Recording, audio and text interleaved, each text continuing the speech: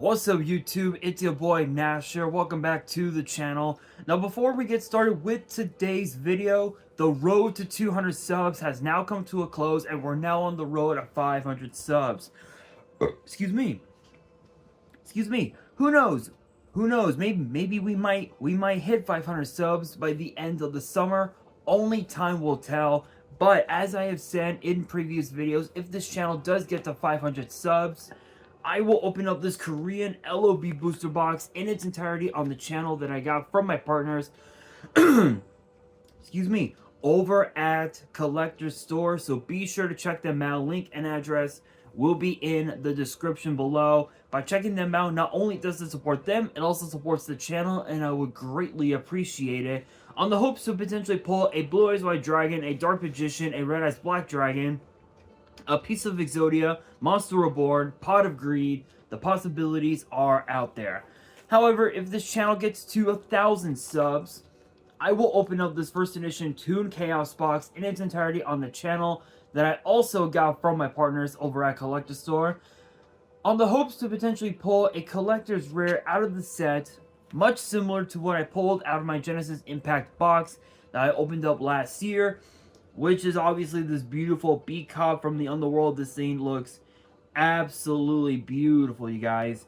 But with that being said, if you guys want to see those boxes get opened, maybe you guys want more episodes of WWE's Biggest Issue. Maybe you guys want more episodes of Yu-Gi-Oh's Biggest Issue.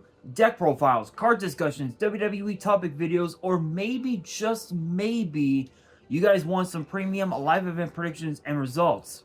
Well, if you guys want all of that and more, my channel is the place to be. Excuse me.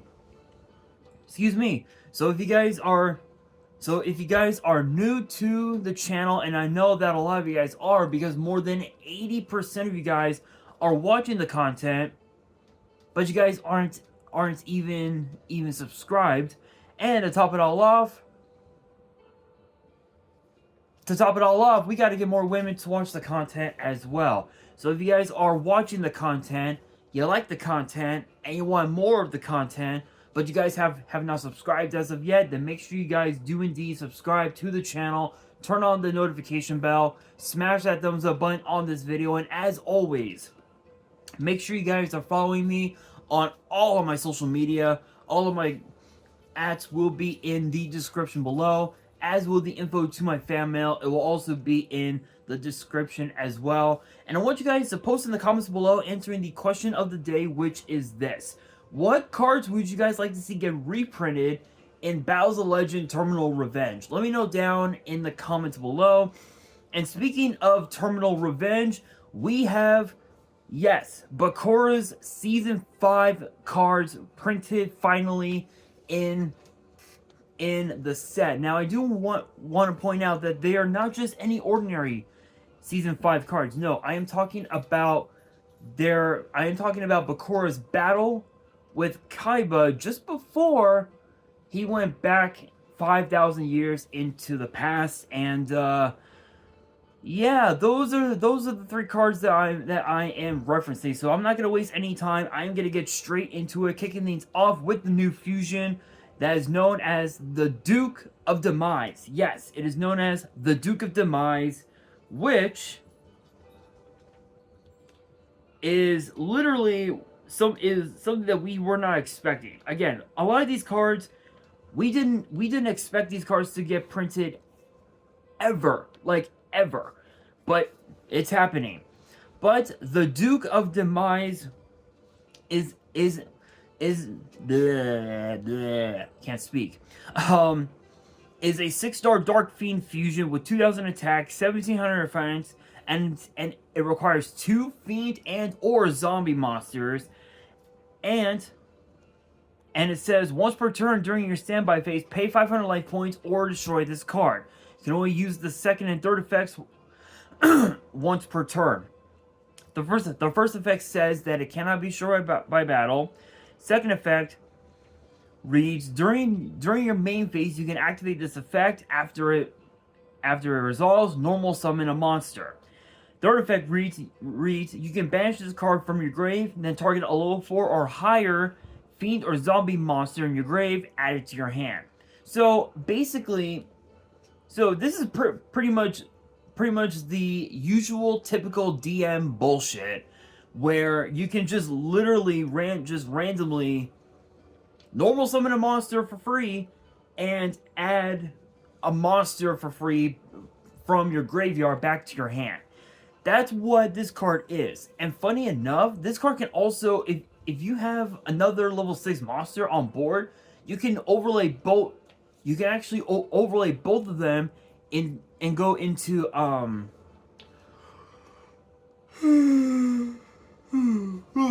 excuse me. Go into a rank 6 like Jinzo Layered or what was it? Number 24, Dracula's the Vampiric Dragon, I believe. There are so many different rank 6s you can go into with this card.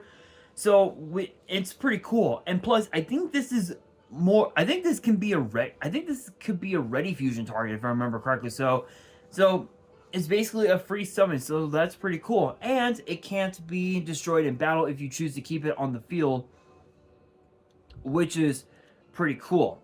But next up we have Spirit Illusion, which is an equipped spell, and it says that you can equip only to a level 5 or higher fiend or zombie, and you can only use the first effect once per turn, which reads activate one of these effects. Fusion summon a fusion monster from your action deck using monsters from your hand or on your field as material. Special summon one doppelganger token, which is a 5-star monster with question mark attack, 0 defense, with the same type, attribute, and attack as the equipped monster. So in a way, this is pretty cool because if you were to have, let's say you were running this with, I'll say, Dark World, and you chose to equip it to, let's say Silva. Let's say that. Literally, the token. Hang on, guys. I feel like I'm about to sneeze. Sorry. Anyway, the token literally will have all of the stats as Silva. 5-star Dark Fiend with 2300 attack, which is pretty cool, and it can also help you go into your synchro plays as well if you chose the second part of that first effect. Well, if you were to choose the first effect, you can literally go into. It can literally help you go into Chlorlis, Chaos King of Dark World, or it could also help you go into as well Grapha, Dragon Overlord of Dark World, or if you chose to run this with, in a pure zombie build that ran zombie fusions. Hey, guess what? This acts as polymerization, which is pretty fucking nuts. But there's a second effect to Spirit Illusion, and it reads, when an attack is declared involving the equipped monster and an opponent's monster, you can make that opponent's monster lose attack equal to the equipped monsters. Basically, it ensures that the equipped monster can topple over your opponent's attacking monster, which is pretty cool. Pretty fucking cool. But now we have to talk about the last card in today's video, and it is known as Spirit Shield, which is a continuous trap that has 3 effects. The first one reads, once per battle, when an opponent's monster declares an attack, you can banish a fiend or a zombie from your grave, negate the attack. Second effect reads, once per turn, when your opponent activates a card or effect that would destroy a card, you can banish a fiend or zombie from your grave and negate the activation. Third effect reads, once per turn during the end phase, if you do not control a fiend or a zombie monster, send this card to the grave. So what's interesting is that this is basically Effect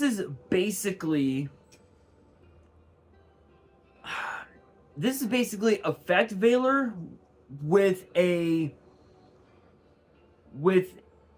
sort of like a really weird like gravity bind of sorts, and you